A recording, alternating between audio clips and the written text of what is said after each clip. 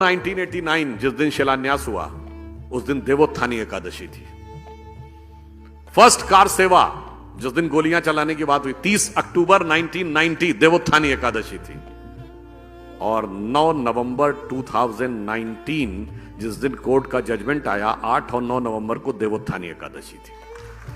अब मानिए तो संयोग और मानिए तो दैव योग। देवता उठे थे तो देवता भारत को दैवी स्थान तक ले जाने के लिए उठे थे।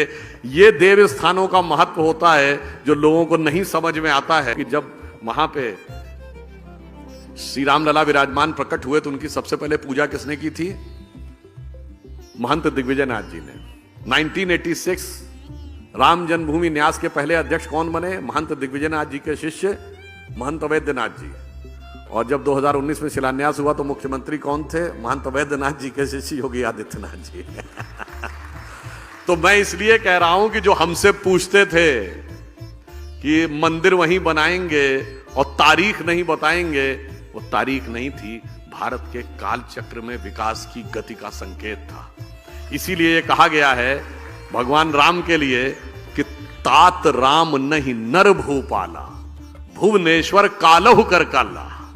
भगवान राम व्यक्ति नहीं है, वो संपूर्ण विश्व के स्वामी है। इसलिए उनका मंदिर कोई इमारत नहीं थी और मंदिर की तारीख कोई डेट नहीं थी, वो भारत के एलिवेशन का था। और ये भी संयोग देखिए, वो तब मंदिर बनने जा रहा है अगले साल। कब बनने जा रहा है? जब हम 5th लार्जेस्ट इकोनॉमी हो गए।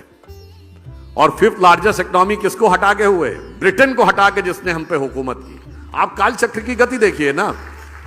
और मजे की बात यह कि हिस्ट्री में जो बताया जाता है कि हमको अंग्रेजों ने यह कहा कि हिंदुस्तानियों पे इसलिए राज करना जरूरी कि इन्हें राज करना नहीं आता है। आज उनके यहां इतनी उठापटक हुई सरकार में कि एक इंडियन उनको बता रहा है कि राज कैसे किया जाता है। और अब हम कह दूं, जब राम मंदिर का शिलान्यास हुआ तो आप में से शायद बहुतों को ध्यान हो कि पहली ईंट किससे रखवाई गई थी? कामेश्वर चौपाल, बिहार के एक जिन जातियों को तथाकथित निम्न जाति कहा जाता है, हम तो किसी को निम्न नहीं मानते, उनसे रखवाया गया था। और किस बात का? मंदिर निर्माण के लिए जो शास्त्रीय विधान है, वो जो शास्त्र है उसे समरांगण सूत्रधार कहते हैं। और समरांगण सूत्रधार के अनुसार शिलान्यास में 4 वो रखी जाती हैं ईंटें, जिन्हें कहते हैं नंदा, भद्रा, जया, पूर्णा। और उससे साथ हमने पहली 5वीं ईंट पहली रखवाई थी। किससे?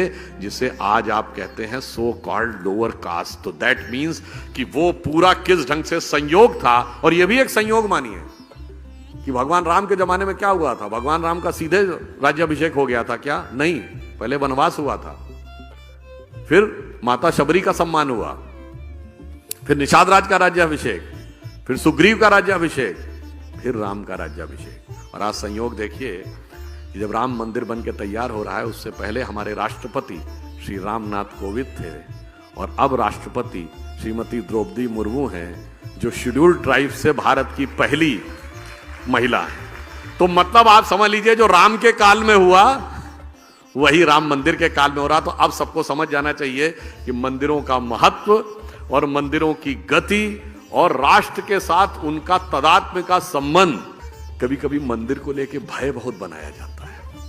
जब राम मंदिर बन रहा था तो लोगों ने कहा अगर राम मंदिर जिस दिन बनने लगेगा उस दिन मिडिल ईस्ट के देश पेट्रोल देना बंद कर देंगे। आज राम मंदिर भी बन रहा है और अबू धाबी में भी मंदिर बन रहा है।